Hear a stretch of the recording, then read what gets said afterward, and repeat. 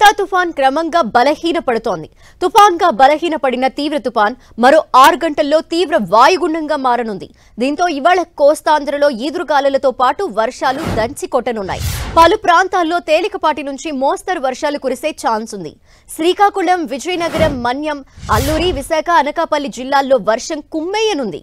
ఏలూరు, కృష్ణా, ఎన్టీఆర్, గుంటూరు, బాపట్ల, పల్నాడు జిల్లాల్లో వర్షం దంచి కొట్టనుంది. కాకినాడ, కోనసీమ, తూర్పుగోదావరి, పశ్చిమ గోదావరి, ప్రకాశం జిల్లాల్లో మోస్తరు నుంచి భారీ వర్షాలు కురిసే అవకాశం ఉంది.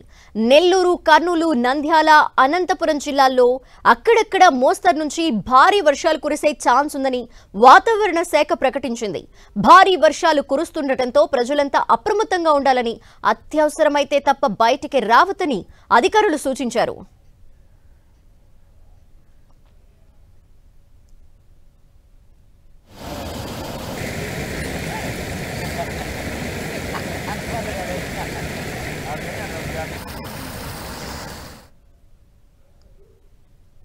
ఇక మొంతా ఎఫెక్ట్ విశాఖలో ఏ విధంగా ఉందో మరిన్ని డీటెయిల్స్ మా ప్రతినిధి జార్జ్ అందిస్తారు. జార్జ్, ఇప్పుడు క్రమంగా బలహీనపడుతూ మొంతా తుఫాన్ వాయుగుండంగా మారుతోందని తెలుస్తోంది. దీని ఎఫెక్ట్ ఏ విధంగా ఉండే ఛాన్సెస్ ఉన్నాయి?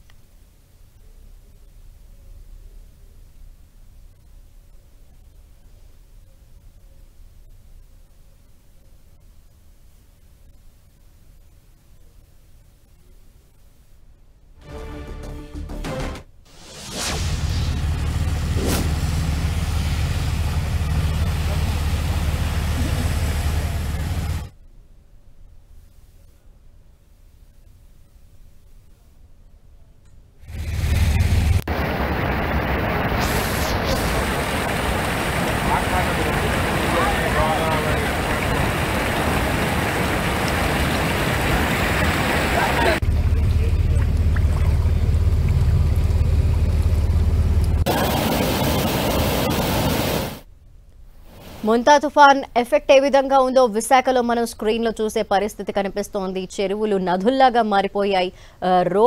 రోడ్లన్నీ కూడా కొట్టుకుపోయే పరిస్థితి కనిపిస్తోంది. ఇంకో పక్క చెట్లు నేల కొరికాయి.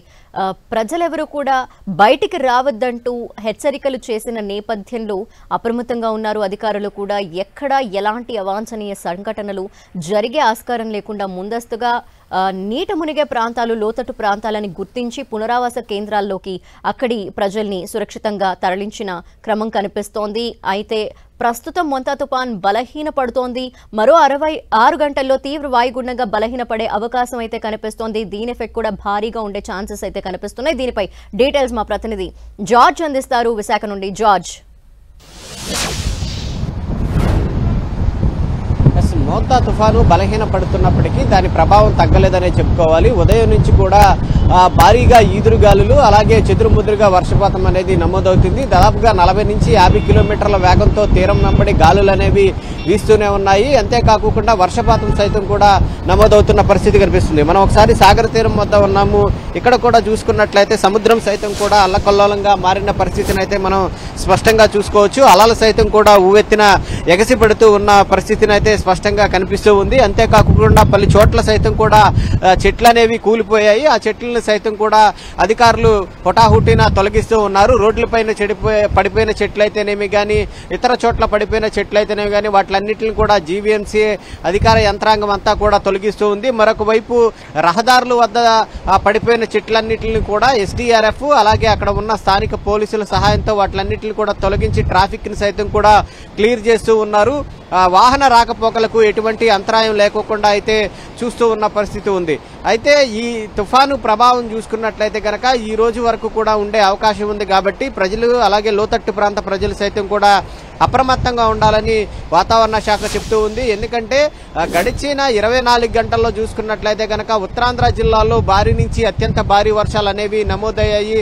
అత్యధికంగా 10 నుంచి 21 సెంటీమీటర్ల వరకు కూడా వర్షపాతం నమోదైంది. విశాఖ జిల్లాలోనే ఆనందపురం వద్ద 21 సెంటీమీటర్ల పాటు వర్షపాతం అనేది నమోదైంది. దీంతో చాలా ప్రాంతాలు సైతం కూడా లోతట్టు ప్రాంతాలన్నీ కూడా జలమయమయ్యాయి.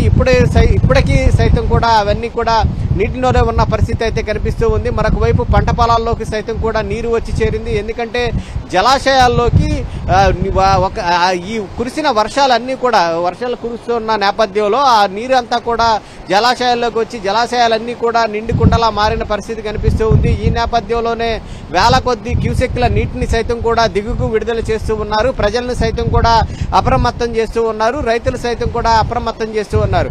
రైతులకు సైతం కూడా చెప్తూ ఉన్నది ఏంటంటే ఈ జలాశయాలు నిండుతూ ఉన్న నేపథ్యంలో ఆ నీటినన్నింటినీ కూడా దిగువకు విడుదల చేస్తూ ఉన్నారు. కాబట్టి ఆ నీరు సైతం కూడా పంట పొలాల్లోకి వచ్చే అవకాశం ఉంది. అంతేకాకుండా భారీ వర్షాలు కురుస్తూ ఉన్న నేపథ్యంలో ఆ నీరు సైతం కూడా పంట పొలాల్లోకి వస్తూ ఉంది. కాబట్టి సాధ్యమైనంత వరకు ఆ నీరు నిలవలేకోకుండా చూసుకోవాలని రైతులకైతే సూచనలు అయితే జారీ చేస్తూ ఉన్నారు.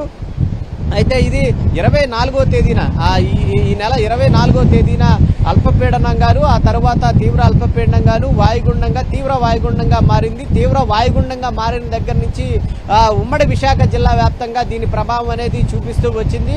తీవ్ర వాయుగుండం నుంచి తీవ్ర తుఫాను తీరం దాటేంత వరకు కూడా ఎడతెరపు లేకోకుండా ఉదయం నుంచి కూడా వర్షాలు అనేవి కురుస్తూ ఉన్నాయి. దాదాపుగా 24 గంటల పాటు ఎడతెరపు లేకోకుండా వర్షం కురిసిన నేపథ్యంలో చాలా వరకు కాలనీలు సైతం కూడా జలమయమయ్యాయి. మరొక వైపు రాకపోకలు సైతం కూడా స్తంభించిన పరిస్థితి కనిపించింది. మరొక వైపు చాలా చోట్ల కూడా చెట్లు విరిగిపడిపోవడం అలాగే కొండ చర్యలు విరిగిపడిపోవడం జరిగింది. అల్లూరి సీతారామరాజు జిల్లాలో చూసుకున్నట్లయితే కనుక కిరండోలు అలాగే విశాఖపట్నం మధ్య ఉన్నటువంటి చిమిడిపల్లి వద్ద కొండరాళ్లు అనేవి విరిగిపడిన నేపథ్యంలో ట్రాక్ అంతా కూడా దెబ్బతింది. ఆ ట్రాక్ మీద కూడా వరద నీరు ప్రవహిస్తూ ఉన్న నేపథ్యంలో అక్కడ రాకపోకలకు సైతం కూడా తీవ్ర ఆటంకం ఏర్పడిన నేపథ్యంలో అక్కడ రైళ్లను సైతం కూడా పూర్తిగా నిలిపివేశారు. ఇది 30వ తేదీ వరకు కూడా అక్కడ సహాయక చర్యలు చేపట్టిన తర్వాత ఆ ట్రాక్ను మొత్తం కూడా రిపేర్లు మరమ్మతులు చేసిన తర్వాత ఈ రైళ్లను సైతం కూడా పునరుద్ధరించే అవకాశం కనిపిస్తూ ఉంది. ఈ నేపథ్యంలో ఇటు విశాఖపట్నం నుంచి కిరండోలు నుంచి విశాఖపట్నం వచ్చే రైళ్లను సైతం కూడా రద్దు చేశారు. మరొక వైపు విమాన సర్వీసులు ఏవైతే ఉన్నాయో ఇటు విశాఖపట్నం నుంచి విజయవాడ వెళ్లే విమాన సర్వీసులు ఏవైతే ఉన్నాయో వాటిలన్నింటినీ కూడా రద్దు చేయడం జరిగింది. మిగిలిన వాటిని యథావిధిగా కొనసాగిస్తున్నట్లు విమాన సర్వీసులు సైతం కూడా చెప్పడం జరిగింది. ఇప్పటికే చూసుకున్నట్లయితే కనుక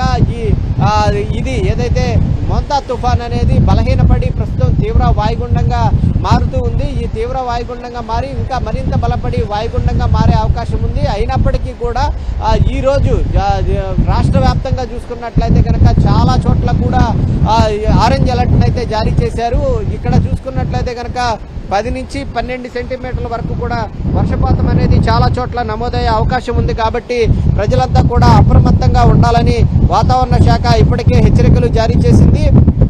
అయితే ఇది బలహీన పడుతూ ఉన్న కొద్ది గంటకు తీరం వెంబడి 40 నుంచి 50 కిలోమీటర్ల వేగంతో గాలులు వీచే అవకాశం ఉందని వాతావరణ శాఖ చెబుతూ ఉంది.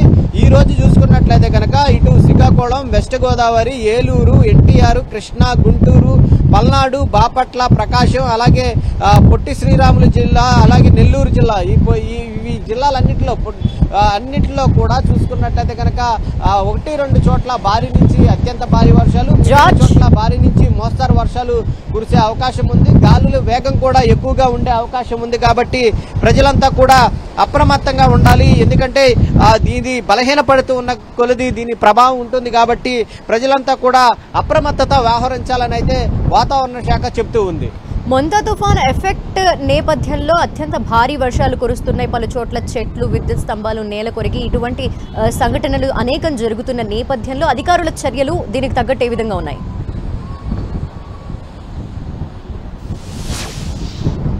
ఈ మోంతా తుఫాను ప్రభావం అనేది చాలా ఎక్కువగా ఉంటుందని మొదటి నుంచి కూడా వాతావరణ అధికారులు చెప్తూ ఉన్నారు. ఎందుకంటే వారు చెప్పిన విధంగానే గాలుల వేగం అనేది అత్యంత వేగంగా ఉంటుంది. ఈ నేపథ్యంలోనే చెట్లు విరిగిపడిపోవడం, విద్యుత్ స్తంభాలు కూలిపోవడం, కమ్యూనికేషన్ వ్యవస్థ సైతం కూడా దెబ్బతినే అవకాశం ఉంది. కాబట్టి సాధ్యమైనంత త్వరగా సహాయక చర్యలు చేపట్టేందుకు చర్యలు తీసుకోవాలని వాతావరణ శాఖ హెచ్చరికలు జారీ చేసిన నేపథ్యంలో గత 3 రోజుల నుంచి కూడా రాష్ట్ర ప్రభుత్వం అప్రమత్తమైంది. జిల్లా యంత్రాంగం అంతటి సైతం సైతం కూడా ఎక్కడెక్కడైతే ఎఫెక్ట్ అవుతూ ఉందో ఆ ప్రాంతానికి సంబంధించిన జిల్లా కలెక్టరేట్ కంట్రోల్ రూమ్ లో ఏర్పాటు చేశారు.